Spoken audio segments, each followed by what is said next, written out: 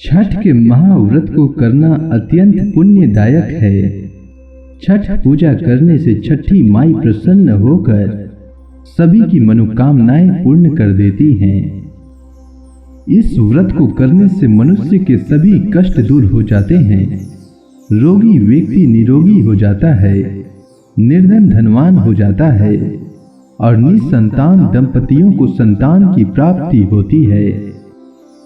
छठी माई का महिमा का वर्णन करने में कोई भी समर्थ नहीं है। छठ व्रत की कथा हर मनुष्य को सुनना चाहिए, साथ ही दूसरों को भी सुनाना चाहिए। इससे भगवान सूर्य देव की कृपा सदैव बनी रहती है। तो आइए सुनते हैं छठ व्रत कथा। प्रिय व्रत नाम से एक प्रसिद्ध राजा थे। उनके पिता का नाम था स्वयंभू मनु। प्रिय व्रत योगी राज होने के कारण विवाह नहीं करना चाहते थे। तपस्या में उनकी विशेष रुचि थी, परंतु ब्रह्मा जी की आज्ञा तथा सत्य प्रयत्न के प्रभाव से उन्होंने विवाह कर लिया। विवाह के पश्चात सुदीर्घ काल तक उन्हें कोई भी संतान नहीं हुई। तब कश्यप जी ने उनसे पुत्रेष्टि यज्ञ कराया। राजा की प्रेयसी भार्या का नाम था मालिनी। मुनि ने उन्हें चरु अर्थात खीर प्रदान किया। चरु भक्षण करने के पश्चात रानी मालिनी गर्भवती हो गई। तत्पश्चात सुवर्ण के समान प्रभाव वाले एक कुमार की उत्पत्ति हुई, परंतु संपूर्ण अंगों से संपन्न वह कुमार मरा हुआ था। उसकी आंखें उलट चुकी थी। उसे देखकर समस्त नारियां तथा बांधवों की स्त्रियां भी रो पड़ी। पुत्र के असह्य शोक के कारण माता को मूर्छा आ गई। राजा प्रिय व्रत उस मृत बालक को लेकर शमशान में गए और उस एकांत भूमि में पुत्र को छाती से चिपकाकर आंखों से आंसुओं की धारा बहाने लगे। इतने में उन्हें वहां एक दिव्य विमान दिखाई पड़ा। शुद्ध स्फटिक मणि के समान चमकने वाला वह विमान अमूल्य रत्नों से बना था। तेज से जगमगाते हुए उस विमान की रोशनी वस्त्रों से अनुपम शोभा हो रही थी। वह अनेक प्रकार के अद्भुत चित्रों से विभूषित तथा पुष्पों की माला से सुसज्जित था। उसी पर बैठी हुई मन को मुग्ध करने वाली एक परम सुंदरी देवी को राजा प्रिय व्रत ने देखा। श्वेत चंपा के फूल के समान उनका उज्जवल वर्ण था। सदा सुस्थिर तारुण्य से शोभा पाने वाली वे देवी मुस्कुरा रही थी। उनके मुख पर प्रसन्नता छाई हुई थी। रत्नमय आभूषण उनकी छवि बढ़ा रहे थे। योग शास्त्र में पारंगत वे देवी भक्तों पर अनुग्रह करने के लिए आतुर थी। ऐसा जान पड़ता था मानव वे मूर्तिमती कृपा ही हो। उन्हें सामने विराजमान देखकर राजा ने बालक को भूमि पर रख दिया और बड़े आदर के साथ उनकी पूजा और स्तुति की। उस समय वे स्कंद की प्रिया देवी षष्ठी अपने तेज से दीप्यमान थीं। उनका शांत विग्रह ग्रीष्मकालीन सूर्य के समान चमचमा रहा था। उन्हें प्रसन्न देखकर राजा ने पूछा, सुशोभने, कांते, सुव्रते, वारारोहे, तुम कौन हो? तुम्हारे पति देव कौन हैं? और तुम किसकी कन्या हो? तुम स्त्रियों में धन्यवाद एवं आदर की पात्र हो। जगत को मंगल प्रदान करने में प्रवीण तथा देवताओं को रण में सहायता पहुंचाने वाले वे भगवती देव सेना थी। पूर्व समय में देवता दैत्यों से परास्त हो चुके थे। इन देवी ने स्वयं सेना बनकर और देवताओं का पक्ष लेकर युद्ध किया था। इनकी कृपा से देवता विजयी हो गए थे, अतएव इनका नाम देवसेना पड़ गया। महाराज प्रिय व्रत की बात सुनकर वे उनसे कहने लगी, राजन, मैं ब्रह्मा की मानसी कन्या हूँ। जगत पर शासन करने वाली मुझ देवी का नाम देवसेना है। विधाता ने मुझे उत्पन्न करके स्वामी कार्तिकेय को सौंप दिया है। मैं संपूर्ण मातृकाओं में प्रसिद्ध हूँ।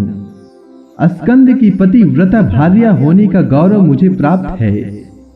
भगवती मूल प्रकृति के छठे अंश से प्रकट होने के कारण विश्व में देवी षष्ठी नाम से मेरी प्रसिद्धि है।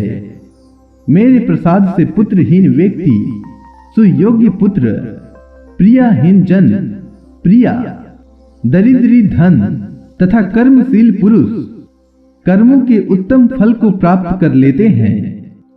राजन, सुख दुख भय शोक दर्श मंगल संपत्ति और विपत्ति ये सब कर्म के अनुसार होते हैं।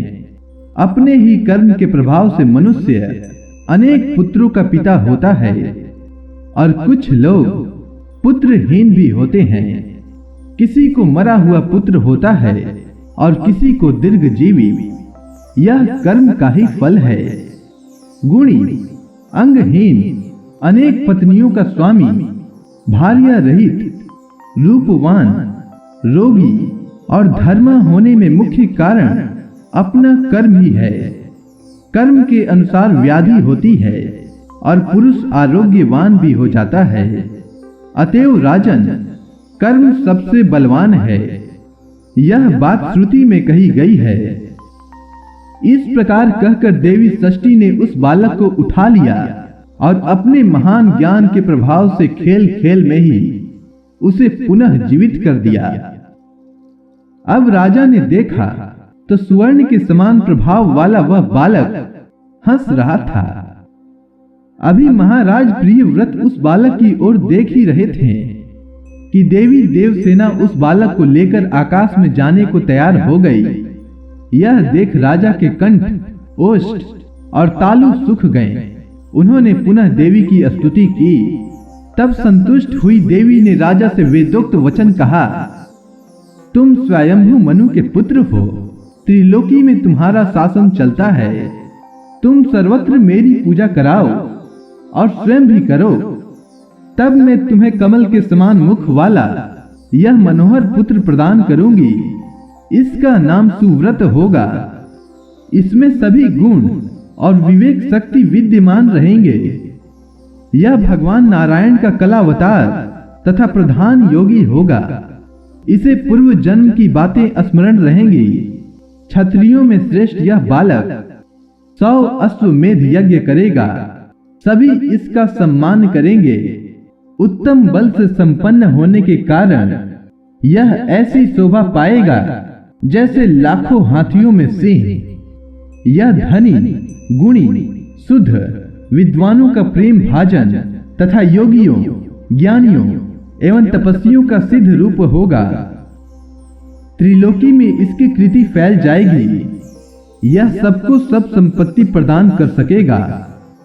इस प्रकार कहने के पश्चात भगवती देवसेना ने उन्हें वह पुत्र दे दिया। राजा प्रियव्रत ने पूजा की सभी बातें स्वीकार कर ली। यों भगवती देवसेना ने उन्हें उत्तम वर देकर स्वर्ग के लिए प्रस्थान किया। राजा भी प्रसन्न मन होकर मंत्रियों के साथ अपने घर लौट आए और पुत्र विषयक वृतांत सबसे कह सुनाया। यह प्रिय वचन सुनकर स्त्री और पुरुष सबके सब परम संतुष्ट हो गए। राजा ने सर्वत्र पुत्र प्राप्ति के उपलक्ष्य में मांगलिक कार्य आरंभ किया। भगवती की पूजा की, ब्राह्मणों को बहुत सा धन दान दिया। तब से प्रत्येक मास में शुक्ल पक्ष की षष्ठी तिथि के अवसर पर भगवती षष्ठी का महोत्सव यतन पूर्वक मनाया जाने लगा। बालकों के प्रसव गृह में छठे दिन, 21वें दिन तथा अन्नप्राशन के शुभ समय पर यतन पूर्वक देवी की पूजा होने लगी। सर्वत्र इसका पूरा प्रचार हो गया। स्वयं राजा प्रियव्रत भी पूजा करते थे। भगवती देवसेना का ध्यान, पूजन और स्तोत्र इस प्रकार है, जो प्रसंग सामवेद की कौथुमी शाखा में वर्णित है। सालग्राम की प्रतिमा कलश अथवा वट के मूल भाग में एवं दीवार पर पुतलिका बनाकर प्रकृति के छठे अंश से प्रकट होने वाली शुद्ध स्वरूपिणी इन भगवती की पूजा करनी चाहिए। विद्वान पुरुष इनका इस प्रकार ध्यान करें। सुंदर पुत्र, कल्याण तथा दया प्रदान करने वाली ये देवी जगत की माता हैं। श्वेत चंपक के समान इनका वर्ण है। ये रत्नमय भूषणों से अलंकृत हैं। इन परम पवित्र स्वरूपिणी भगवती देवसेना की मैं उपासना करता हूँ। विद्वान पुरुष इस प्रकार ध्यान करने के पश्चात भगवती को पुष्पांजलि समर्पण करें। पुनः ध्यान करके मूल मंत्र से इन साध्वी देवी की पूजा करने का विधान है। पाद्य, अर्घ्य, आचमनीय, गंध, पुष्प, धूप, दीप, विविध प्रकार के नैवेद्य तथा सुंदर फल द्वारा भगवती की पूजा करनी चाहिए। उपचार अर्पण करने के पूर्व ओम ह्रीं षष्ठी देव्ये स्वाहा इस मंत्र का उच्चारण करना विहित है। पूजक पुरुष को चाहिए कि यथाशक्ति इस अष्टाक्षर महामंत्र का जप भी करें। तदंतर मन को शांत करके भक्ति पूर्वक स्तुति करने के पश्चात देवी को प्रणाम करें। जो पुरुष देवी के उपयुक्त अष्टाक्षर महामंत्र का 1 लाख जप करता है उसे अवश्य ही उत्तम पुत्र की प्राप्ति होती है, ऐसा ब्रह्मा जी ने कहा है। संपूर्ण शुभ कामनाओं को प्रदान करने वाला, सबका मनोरथ पूर्ण करने वाला निम्न स्तोत्र वेदों में गोप्य है। देवी को नमस्कार है, महादेवी को नमस्कार है, भगवती सिद्धि एवं शांति को नमस्कार है, शुभा, देवसेना एवं भगवती षष्ठी को बार बार नमस्कार है। वरदा, पुत्रदा, धनदा, सुखदा एवं मोक्ष प्रदा भगवती षष्ठी को बार बार नमस्कार है। मूल प्रकृति के छठे अंश से प्रकट होने वाली भगवती सिद्धा को नमस्कार है। माया, सिद्ध योगिनी, सारा, शारदा और परा देवी नाम से शोभा पाने वाली भगवती षष्ठी को बार बार नमस्कार है। बालकों की अधिष्ठात्री, कल्याण प्रदान करने वाली, कल्याण स्वरूपिणी एवं कर्मों के फल प्रदान करने वाली देवी षष्ठी को बार बार नमस्कार है। अपने भक्तों को प्रत्यक्ष दर्शन देने वाली तथा सबके लिए संपूर्ण कार्यों में पूजा प्राप्त करने की अधिकारिणी, स्वामी कार्तिकेय की प्राण प्रिया देवी षष्ठी को बार बार नमस्कार है। मनुष्य जिनकी सदा वंदना करते हैं तथा देवताओं की रक्षा करने में जो तत्पर रहती हैं, उन शुद्ध सत्य स्वरूपा देवी षष्ठी को बार बार नमस्कार है। हिंसा और क्रोध से रहित भगवती षष्ठी को बार बार नमस्कार है।